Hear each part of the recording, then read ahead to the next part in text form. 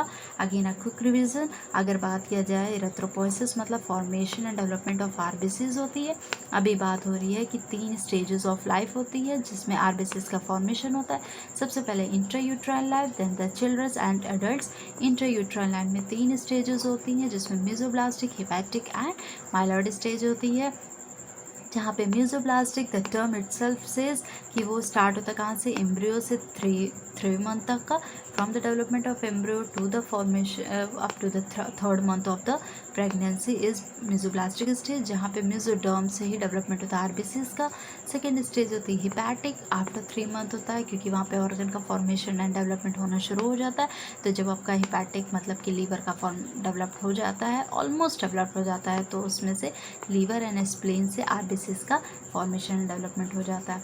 And the last stage known as middle part of the foetal life, it is not almost 9th month, it is like after 3 month के बाद, like 6 month की बात किया जाए, middle of the foetal life जो होती है, तो उसमें माइलॉइड प्ले स्टेज होता है जिसमें bone marrow, myeloid is related to your bone marrow, तो बोन मैरो से डेवलपमेंट होना शुरू हो जाता है आरबीसीज का।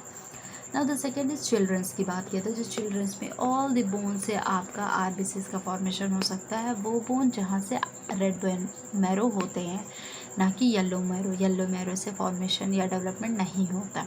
Second is liver and third is spleen.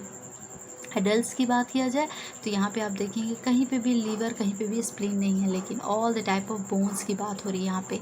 Adults में ओनली एंड ओनली बोन्स की बात होगी, only and only bones are responsible for development of what, आपके आरबीसीज का। वो भी कौन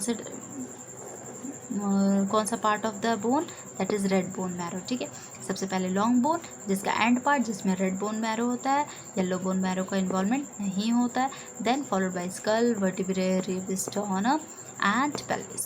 ठीक है, तो okay, now we are talking about ये जो 3 होती है स्टेजेस, इसमें से जो पहली स्टेज होती है, जो पहली है माइलोब्लास्टिक स्टेज, उसको हम जो है इंट्रावेस्कुलर इरेथ्रोपोइसिस भी कहते हैं।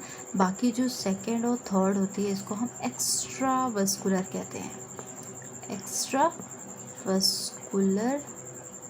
इरेथ्रोपोइसिस कहते हैं। ठीक है, ये आपको याद रखना है। कभी कभी एमसीक्यूज के क्वेश्चंस आपसे पूछे जा सकते हैं कि इंट्रायूट्राइन लाइफ में से कौन से स्टेज को इंट्रावेस्कुलर इरेथ्रोपोइसिस कहते हैं, या हिपैटिक माइलॉइड स्टेज में एक्स्ट्रावेस्कुलर का इरेथ्रोपोइसिस होती है।